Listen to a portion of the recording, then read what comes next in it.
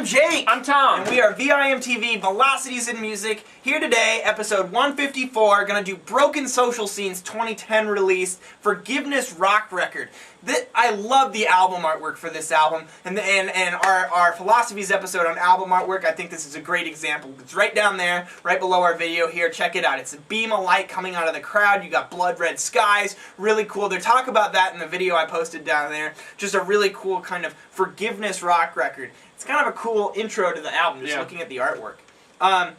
Man, this band is crazy. This is what, their third, fourth album? I think third. I think fourth or fifth, really. Really? Well, they had some kind of like early work there. They're kind of a strange group because it's a duo. They're from Canada. Actually, just two guys that are kind of the core of the group. But they just have all these artists working with them. They got Emily Haynes from Metric and a guitarist from Metric, I believe, also. And then Leslie Feist, better known as Feist.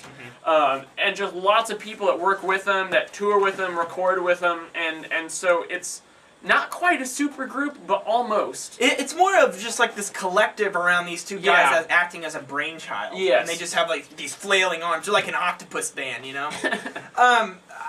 This is right up my alley. I mean, this is just, these guys are just what I'm looking for in music. Like, their sound is very aesthetic. It's indie, it's poppy, they do cool things, it's loaded with ideas.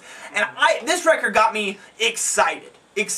Now, unfortunately, this thing is 14 tracks long. We've been saying this all the damn time lately, but bands have to be more selective. They have to be more picky with what they put on their CD. 65 minutes, 14 songs. It's not justified. It's not justified. Cut out a couple of the tracks. And a lot of these tracks are very solid, even the ones I would recommend cutting out. Yeah. But I mean, you have to do that to make a concise album. And you know what? I'll go ahead and pick the tracks that I would say they should cut out. Do it, Tom. Do it. You know what? And I'm probably going to get a lot of people out there hating me. Maybe you'll agree with me, maybe you won't. But honestly, I think this would be a stronger album if they took out Highway Slipper Jam, track 7, tracks 11 and 12, Sweetest to Kill, Romance in the Grave, maybe track 13, Water and Hell, and maybe track 2, Chase Scene. Those two are kind of iffy because they're good, but I just don't feel like they enhance the album that well. It's not a concise enough statement. And you know, I like albums that are all over the place, and this is all over the place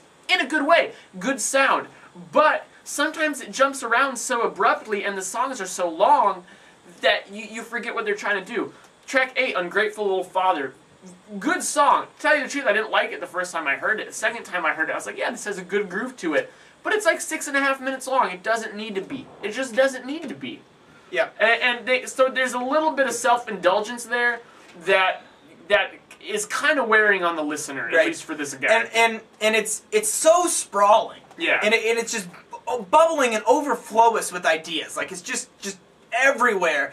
And it just feels like this thing is just lacking a solid foundation of a sound, you know? It's just exploring everything that is indie, all in a 65-minute listen, which is too long, I think. But it's like, I really thought that it plays like a dream that you would have on a sleepy Saturday morning. Like, you're dreaming, and you're just, like, all this crazy shit that you had, you know, at the club last night, or, like, going and you're, like, you just are the yes man, and you're doing all this crazy Red Bull trips and stuff. Like, that's what you would, like, this would be the album, the soundtrack to that.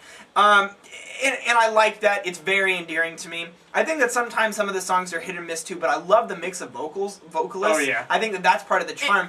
That's one saving grace, because if they didn't have that to move it along, then it would certainly drag. Yeah. Drag even more than it does. I think like production, I think they do a pretty solid job most of the time through this album of fitting to the style. I think that this is a solid album that people will like. My only real big complaint is I wish it would be shorter. It's playful and fun. It's just, you can only handle so much of it. It's not focused enough. I mean, it's kind of disappointing, but at the same time, still a very solid record. Yeah, there's so much good songwriting and good just ideas going on here that I won't let that dock it too much.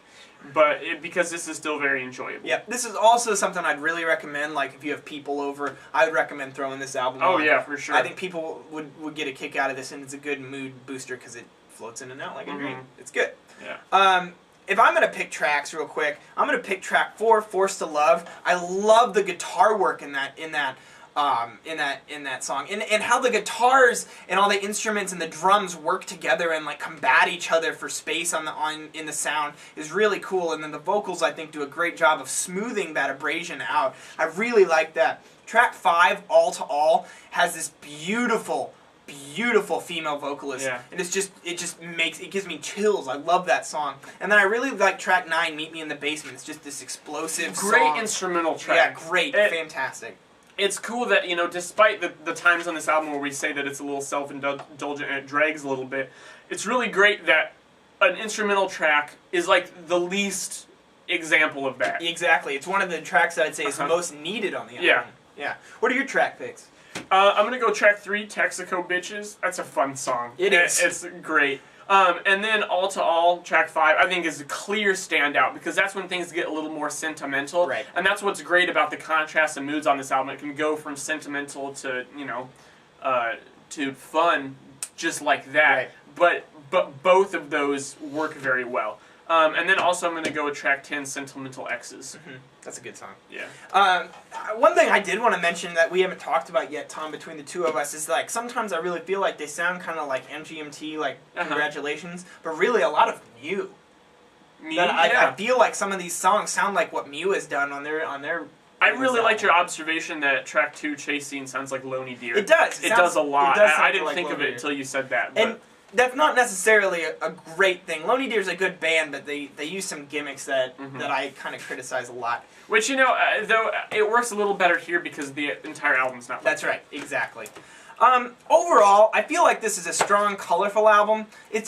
I'm even going to go a little higher than what I thought, just because I've listened to this album like 10 times in the past week. I mean, I really do think this is a solid release.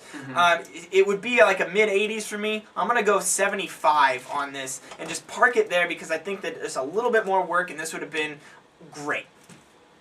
Still solid. What you thinking? I'm going to go 74. 74? Yep. 74 and 75. Man, we are consistent. I know.